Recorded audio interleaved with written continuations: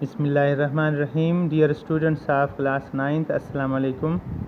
मैं हूं हिकमतुल्लाह शिनवारी और आप देख रहे हैं मेरा चैनल केम सोल बाय शिनवारी। स्टूडेंट्स, आज हम एटॉमिक स्ट्रक्चर चैप्टर नंबर 2 का एक इम्पॉर्टेंट टॉपिक पढ़ेंगे जो एग्ज़ाम्स के पॉइंट ऑफ व्यू से बहुत इम्पॉर्टेंट है और पेपर में लाजमी इनमें से क्वेश्चंस आया करते हैं। वो है रदरफोर्ड एटॉमिक मॉडल। तो students, in 1911 a British physicist Lord Rutherford performed experiments to know about the arrangement of electrons and protons in atoms. Students, 1911 से पहले इलेक्ट्रॉन्स प्रोटॉन्स डिस्कवर हो गए थे। तो इलेक्ट्रॉन्स और प्रोटॉन्स की जो पोजीशन है एटम के अंदर उसको जानने के लिए कुछ एक्सपेरिमेंट्स किए गए। उनमें से एक एक्सपेरिमेंट किया था लॉर्ड रदरफोर्ड ने। जो एक्सपेरिमेंट इन्होंने किया था वो आपको डायग्राम में नज़र आ रहा है। इस डायग्राम के अंदर आपको एक पोलोनियम मेटल नज़र आता है जो कि लेड ब्लॉक में प्लेस किया गया है। इनसे रेडिएशंस चूँकि निकलते हैं तो रेडिएशन से बचने के लिए इसको लेड ब्लॉक में रखा गया है। उसके सामने एक स्लेट नज़र आता है जिसमें से अल्फ़ा पार्टिकल्स को गुजारना होता है और अल्फ़ा पार्टिकल्स का जो पाथ है उसके सामने गोल्ड फॉइल रखा गया है। ये गोल्ड फॉइल जो है एक बहुत ही बारीक पतरी होती है जिसकी थिकनेस 0.00004 सेंटीमीटर के बराबर होती है।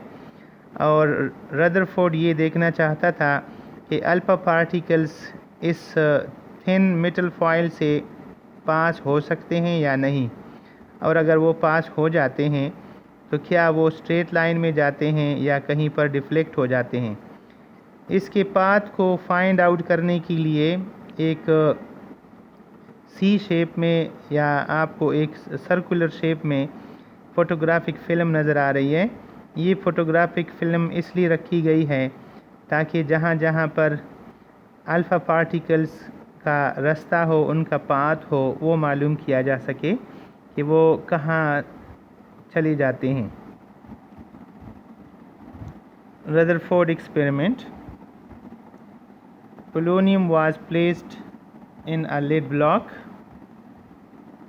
द अल्फ़ा पार्टिकल्स का साइन होता है He+2, यानी ये हीलियम न्यूक्लियाई होते हैं जिसके ऊपर पॉजिटिव चार्ज होता है। दे वर obtained from the disintegration of polonium metal. A 0.00004 centimeter thick gold foil was placed before the polonium. A photographic film was placed around the gold foil to see the path of alpha particles.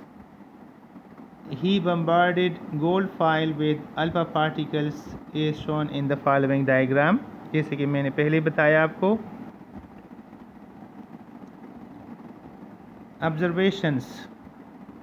He observed that number 1, most of the particles passed straight through the gold foil without any deflection. ज़्यादातर जो particles थे वो बग़ैर deflection के बिल्कुल straight गुज़र गए। Number 2, only few particles were slightly deflected from their path at larger angles. थोड़े से पार्टिकल्स अपने पाथ से हट गए और लार्जर एंगल्स पे मुड़ गए।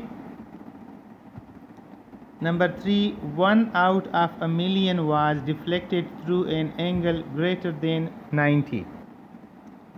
मिलियन में से 10 लाख में से एक पार्टिकल ऐसा था जो कि 90 एंगल से बड़े एंगल पर डिफ्लेक्ट हो गया था, यानी 180 एंगल पर वो वापस मुड़ आया था। Conclusions of Rutherford atomic model.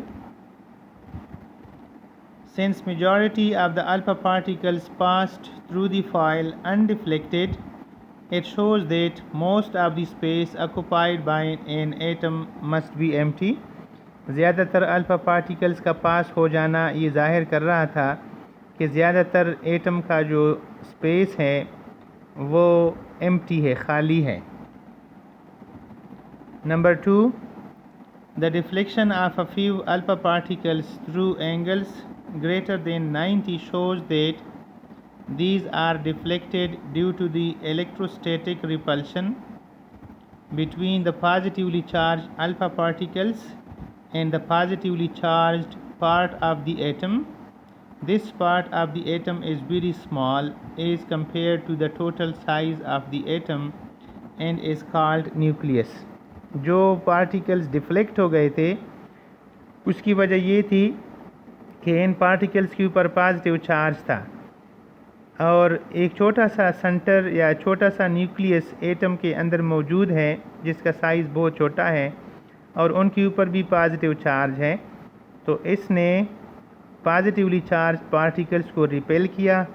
तो due to this electrostatic repulsion the alpha particles were deflected from their path. Massive alpha particles are not deflected by the electrons। चूँकि अल्फ़ा पार्टिकल्स का मास काफ़ी ज़्यादा होता है इसलिए इलेक्ट्रॉन्स ने उनको डिफ्लेक्ट नहीं किया। वो इसलिए ना कर सके क्योंकि इलेक्ट्रॉनों का अपना साइज़ बहुत ही स्मॉल होता है और उनका मास तकरीबन नेग्लिजिबल होता है। तो इसलिए इलेक्ट्रॉन्स ने उनको कुछ नहीं कहा या उनको डिफ्लेक्ट ना कर सके। सिर्फ न्यूक्लियस ने उसको डिफ्लेक्ट कर दिया है क्योंकि न्यूक्लियस एक हेवी और most dense part of the atom होता है। अब उसने जो मॉडल प्रेजेंट किया है वो कुछ यूँ हैं। He proposed planetary model of an atom like solar system. उसका जो मॉडल था वो सोलर सिस्टम की तरह था। जिस तरह के सन के अराउंड प्लैनेट्स घूमते हैं तो in the same manner the electrons are revolving the around the nucleus.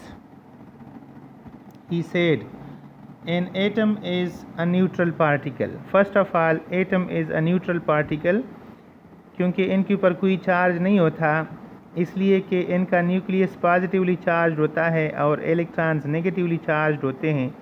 दोनों की अंदर न्यूक्लियस के अंदर जो तादाद है प्रोटॉन की वो इलेक्ट्रॉन्स की तादाद के बराबर होती है, इसलिए overall the atom is a neutral particle.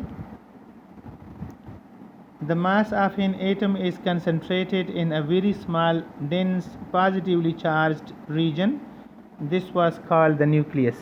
उन्होंने ये कहा कि जो मास ऑफ द एटम है, मटेरियल ऑफ द एटम है, वो एक छोटी सी प्लेस पर कंसंट्रेटेड है और उस जगह को हम न्यूक्लियस कहते हैं। The electrons are revolving around the nucleus in circles called orbits। कहते हैं कि इलेक्ट्रॉन जो है वो न्यूक्लियस के अराउंड इस तरह से हरकत करते हैं, मूव करते हैं जिस तरह के प्लैनेट्स जो है वो सन के अराउंड मूव किया करते हैं।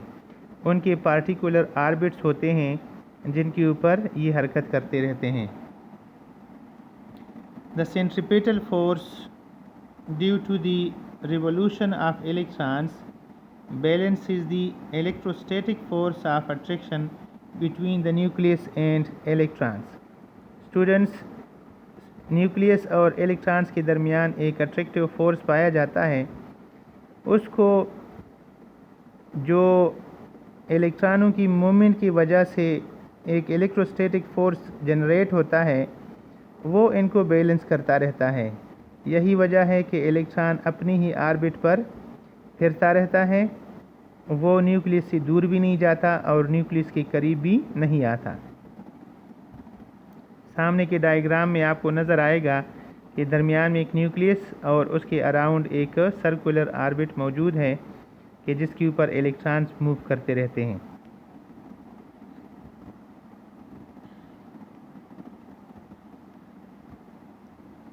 Defects in Rutherford atomic model.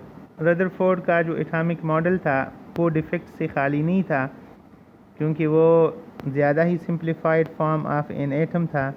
तो उनके मेन डिफेक्ट्स ये हैं। Classical physics suggests that electron, being a charged particle, will emit energy continuously while revolving around the nucleus. Thus, its orbit becomes smaller and smaller until it would fall into the nucleus, and this would collapse the atomic structure. But this does not happen and atom is stable. Students, classical physics के मुताबिक जो भी charge particles होते हैं वो अगर movement में होते हैं, मूव करते रहते हैं, तो उनकी एनर्जी आहिस्ता आहिस्ता कम हो जानी चाहिए और उनका जो ऑर्बिट है वो छोटा होना चाहिए. Continuously it should decrease, it should become smaller and smaller और आखिरकार इसको न्यूक्लियस में जाकर गिरना चाहिए. लेकिन ऐसा नहीं हुआ करता और एटम जो है अपनी जगह पर मौजूद होता है, वो स्टेबल होता है. तो why the atom is stable, इसका आंसर जो है वो रदरफोर्ड के एटॉमिक मॉडल से हमें नहीं मिल सकता. Number 2, if the electrons emits energy continuously, it should form a continuous spectrum. But atom make line spectrum. हमें पता है कि अगर फ़र्ज़ करो एक इलेक्ट्रॉन कंटिन्यूसली एनर्जी एमिट करें तो स्पेक्ट्रम भी कंटिन्यूस बनना चाहिए, जिस तरह की रेनबो होती है. रेनबो जो है उसमें मुख्तलिफ़ कलर्स होते हैं और वो आपस में मर्ज्ड होते हैं. उनमें लाइंस नहीं हुआ करती, बल्कि एक कलर के ख़ात्मे से पहले दूसरा कलर स्टार्ट हो जाता है और उनके दरमियान कोई बाउंड्रीज़ नहीं होती. ऐसे को कहा जाता है कंटिन्यूस स्पेक्ट्रम. जबकि एक्चुअली जब हम कोई एटॉमिक स्पेक्ट्रम बनाते हैं तो उनका स्पेक्ट्रम लाइन स्पेक्ट्रम होता है. Why atoms give line spectrum, this was not answered by the Rutherford atomic model. So thank you very much for watching this video. Please subscribe my channel Kim Sol by Shinwari. Thank you very much.